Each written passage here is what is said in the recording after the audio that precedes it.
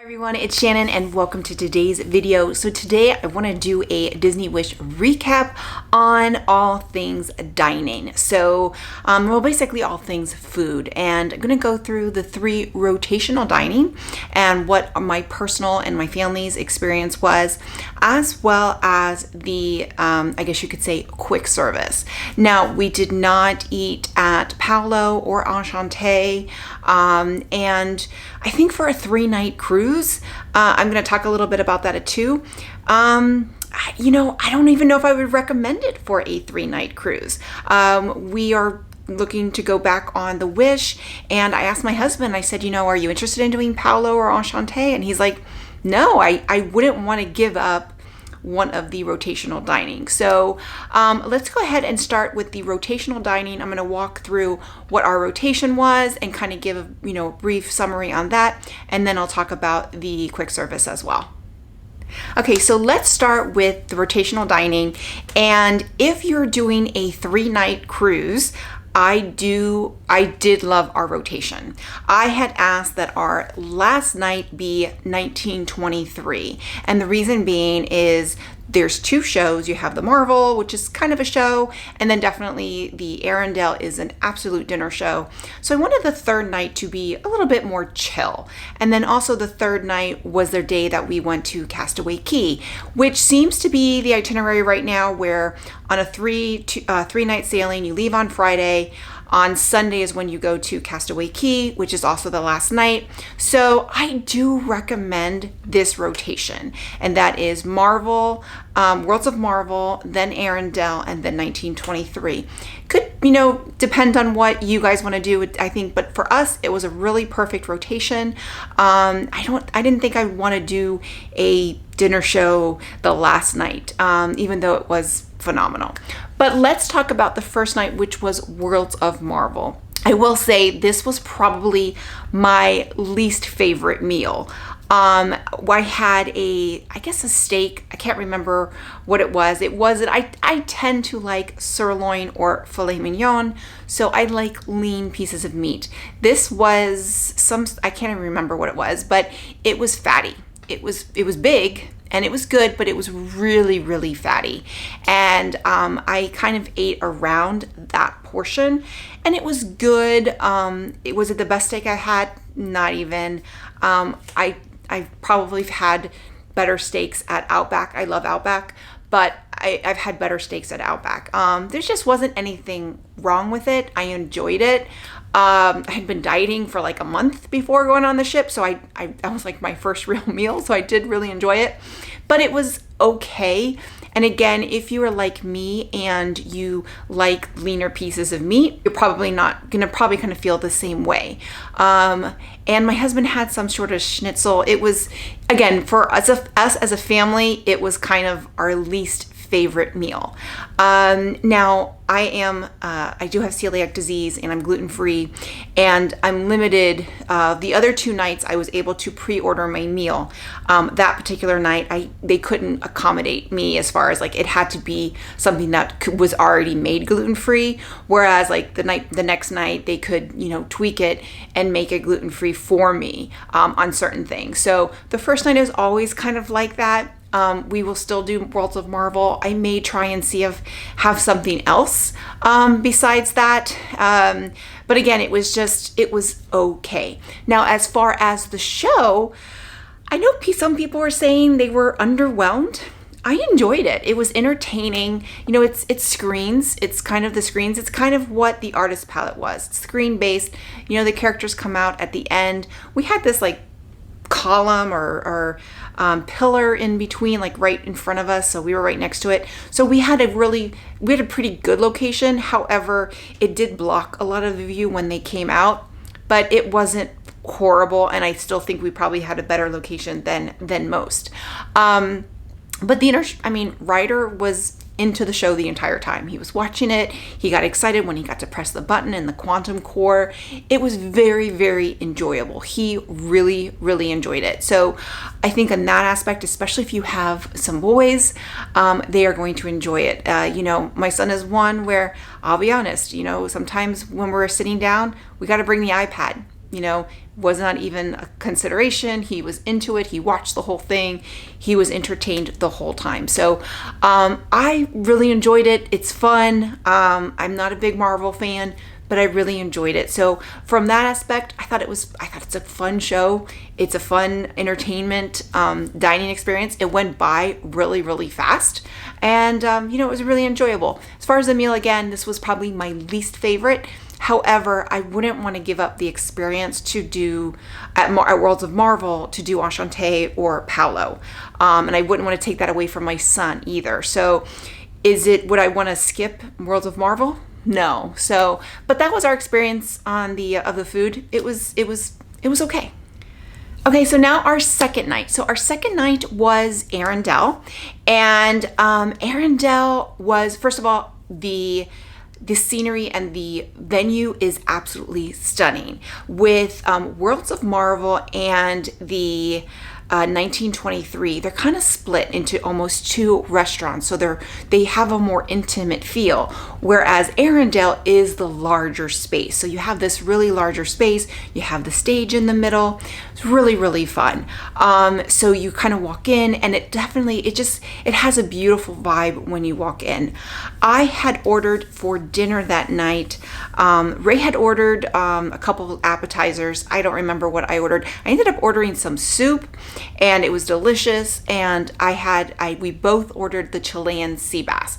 As soon as I knew that that's what I wanted. And mine was fantastic. It was unbelievable. I really, really enjoyed it. However, Ray, who actually really likes Chilean sea bass, said his was okay.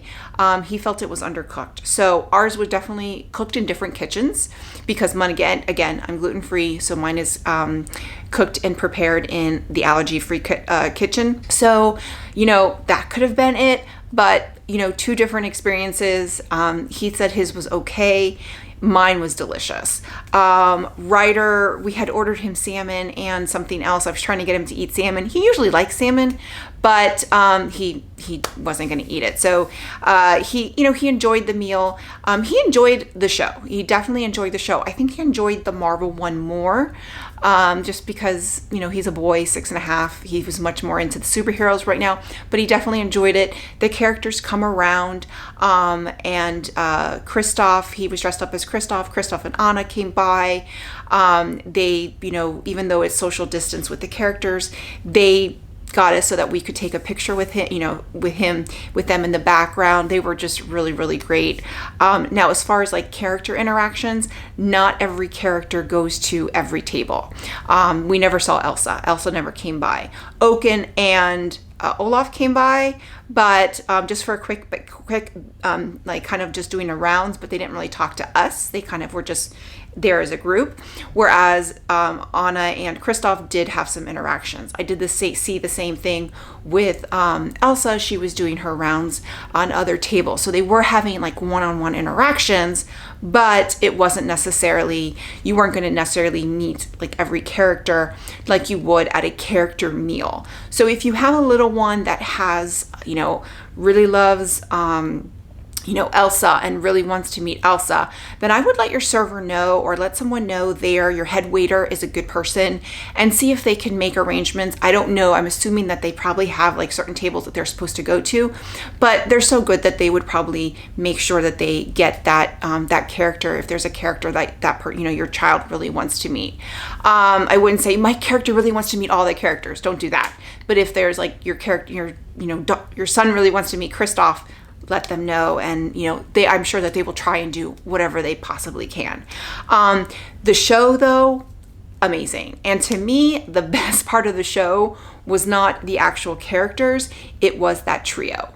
That trio, I guess they were called the Players. They were phenomenal, and the best performance for me on the entire cruise of the Disney Wish was the last performance of Into the Unknown, with the fiddler and the singer and the guitar player.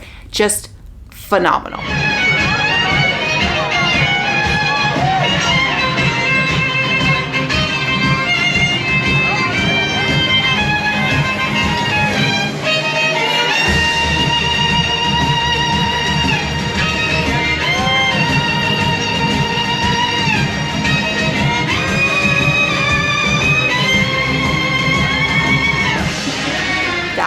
it brought the house down.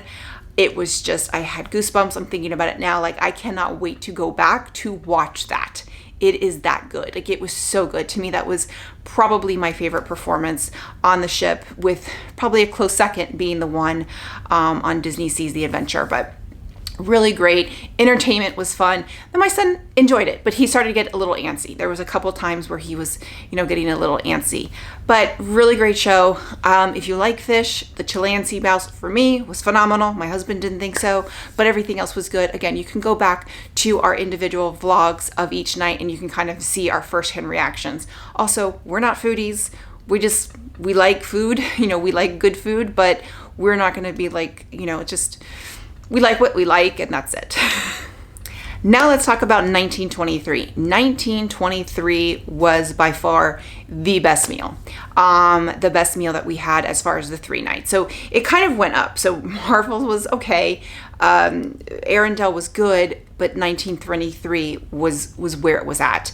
I believe I had the filet mignon. It was so good. And when we asked my son which was his favorite restaurant, he actually said he said the Walt Disney one, I think it was because they had, he loves Oswald, and Oswald was the character on the children's meal, and there was a lot of Oswald in that restaurant, so he really enjoyed that. And there was no entertainment. He also didn't sit there the whole time. He finished. We told the waiter he's going to finish his food, and then we're going to bring him straight to the kids club. So that's what we did. So he wasn't there the whole time, but he really enjoyed it. But our food was phenomenal, and they brought me out some like chocolate brownie cake thing that was gluten-free, and I'll usually have a bite, or two with dessert, and that's it. I ate the whole thing. I mean, it was so good. It was just so good. That was my favorite meal. So going back with the, there's no show. I would have liked to have been able to walk around a little bit to look at the memorabilia. We walked around a little bit, but we really didn't get a chance. They did sing me happy birthday, which was great. That was the restaurant that we had my birthday. But it's just a beautiful setting. The food was phenomenal. So I know a lot of people are like, well, we're going to skip 1923 to go to Palo. I wouldn't do that. I wouldn't skip 1923. To me, 1923 of the rotational dinings is the best one. And especially if you're doing a 3-night, I don't necessarily think you should skip it. I don't think you should skip anything. You can do Palo or Enchante on another sailing. If you haven't experienced these restaurants, I wouldn't pay to go to experience something else. Now, maybe if you are a really foodie, then maybe skip Worlds of Marvel, but you are going to miss that show. So it really depends on what your preference is. But personally, we would not plan, when we're planning on going later on in this year, we do not plan to go to Palo or Enchante, because we want to go back to those restaurants now that we've experienced them once, kind of go back again and experience it again and see what our thoughts are, see how we perceive it differently, and maybe we'll order something different and get a different reaction. But all 3 are great, but if I had to pick one of which one I would skip, it would be Worlds of Marvel. The show is, it screens, and the food is okay, but personally, I would not. One thing I do want to add about 1923, I did mention that, my son ate fairly quickly, and then we took him to the kids club. The best thing about 1923 is its location. It is on the 3rd deck, or deck 3, and literally just a few steps away is where the check-in for the Oceaneers Club and the slide. So it's not a far walk. Literally, you can just walk right over, drop them off. So, if your child, wants to eat dinner, and, you can feed them, just let your waiter know. It was very, very easy. It was a really quick walk. And I think it was kind of strategically planned. I thought it was very smart, because that's the restaurant that probably the kids are going to get antsy. And it's really close to the entrance for the Oceaneers Club. Now we're going to talk about the quick service. So the quick service, specifically Marceline Market, as well as the Mickey and Friends Festival of Foods. So let's first start with Marceline Market. So Marceline Market is where you get breakfast. So that is where breakfast is, if you're doing a quick breakfast. And that is, so we only did breakfast there once, which was the last day when we checked out, or when we disembarked. And it was good. It's a standard, I think like everything, it was good. The breakfast, nothing to write home about. I thought it was good. I liked how they have certain sections, but it was just the typical buffet fare. For lunch, I would say it's the typical buffet fare with a step up. They had a charcuterie board. I thought the food looked really, really good. We pretty much ate at Mickey and Friends all three afternoons, but we did sit in Marceline Market, and I did grab a couple things, but the food looked really, really good. I did have the charcuterie board, and like I said, it looks like typical buffet fare, but just kind of a step up. So I think, and I do like the setup. It feels like the buffet, but it feels a little different. It feels a little bit, separated. So you still have that buffet type of feel, but it's a little bit more compartmentalized. But again, it's a buffet. Now, the Mickey Mickey and Friends Festival of Foods, that's where it's at. And honestly, for me, the barbecue. The barbecue was where it was at. A lot of people were talking about Donald's Cantina. My husband went there the first day, and he was just like, it was okay. It was good. It was good. He said it was good. It was okay. My son wanted the ribs. So we got the barbecue chicken and the ribs, and my son downed those ribs. He had those ribs 3 days in a row. And we had lunch there every single day. Even when we were in Castaway Cay, we came back on the ship and had lunch at the Mickey and Friends at the barbecue. It was that good. Like, we were just like, well, let's just go to there. And it was that good. So we didn't really get to try anything else. Never tried the pizza. The pizza looked good. They do make gluten-free pizza. They will custom make a gluten-free pizza for you if you request it. I just never got around to it. But the barbecue, like I said, is where it's at. The Donald's Cantina, though, gets really, really packed. There was one day that the line was a good half an hour. I mean, it was at least a half an hour. People were waiting in line. So if you want to eat at the Donald's Cantina, I would try and do it on an off time. So maybe go early for lunch or a later lunch. If you go at like 12:30, it's going to be a very long line. Now, or do it when you first board the ship. When you first board the ship, you could do that. And because I know when we boarded the ship, it wasn't, there wasn't a long line for anything yet. We were pretty much able to walk up and get the barbecue. My husband was able to go to Donald's Cantina, no problem. So, a lot of people go to to the restaurant for the welcome aboard meal, or they go to Marceline Market, but we went straight to Mickey and Friends barbecue, or Mickey and Friends, the Festival of Foods, and it was worth it. So there is my recap of the food on the Disney Wish. I will say, of all the cruises we've done, I think it was probably the best food we've ever had as a whole on a cruise ship. It was really, really good. Some meals were definitely better than others, but as a whole, I definitely thought it was one of the best, overall, really great food overall. Some meals, like I said, some meals were better than others. We're also not foodies. I'm not going to give you a critique, this, that, we're not. We like what we like. We also like healthier type fares, right? I can't eat gluten, so that eliminates a lot for me. But we also don't like fried food. We don't eat a lot of pasta. We tend to just kind of eat a little bit on the healthier side, even if it's on a cruise ship. So take that into consideration if with your own preferences. If you are someone who, goes all out, then, probably my review isn't going to really matter. But, I thought the food was really, really great. I hope that they maintain this quality.